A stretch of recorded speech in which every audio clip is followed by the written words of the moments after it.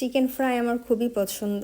আগে রেস্টুরেন্টে গেলেই দেখা যেত আমি আগেই চিকেন ফ্রাই অর্ডার দিতাম, এত বেশি পছন্দ। কিন্তু এখন আর রেস্টুরেন্টে গিয়ে আমি চিকেন ফ্রাই খাই না, কারণ রেস্টুরেন্টের থেকেও বেশি ভালোভাবে বাসাতেই আমরা বানাই। আগে অ্যাকচুয়ালি বানাতে পারতাম না, আর আমি একটু অলস প্রকৃতির ছিলাম, এখনও আসছি। আমার এই রান্নাবান্নার ঝামেলা তেমন একটা ভালো লাগে না। লাইফ যত শর্টকাটে কাটানো যায় ততই ভালো। আমি আরাম প্রিয় স্বভাবের মানুষ, এত কাজ করতে ইচ্ছা করে না আমার।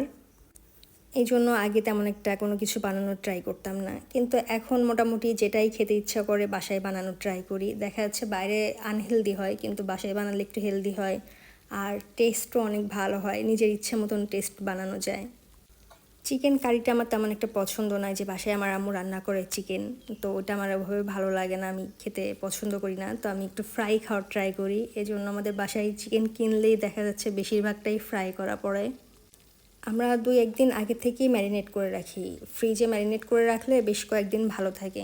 তো যতদিন মানে যত বেশি ম্যারিনেট করা থাকে তত বেশি টেস্ট হয়। এই জন্য আমরা দেখাচ্ছে ওভারনাইট বা 1-2 দিন আগে ম্যারিনেট করে ফ্রিজে রেখে দেই। আর এভাবে ফ্রাই করেও ফ্রিজে রেখে দেওয়া যায়, পরবর্তীতে যখন খাবো তখন আবার আমরা আরেকবার ফ্রাই করে নিই, তাহলে খাওয়া যায়। এটা অবশ্য আমাদের একটা প্রোগ্রাম উপলক্ষে বানানো, আমাদের একটা প্রোগ্রাম ছিল তার জন্য বানিয়েছি। এটা অনেক টেস্টি হয়েছে।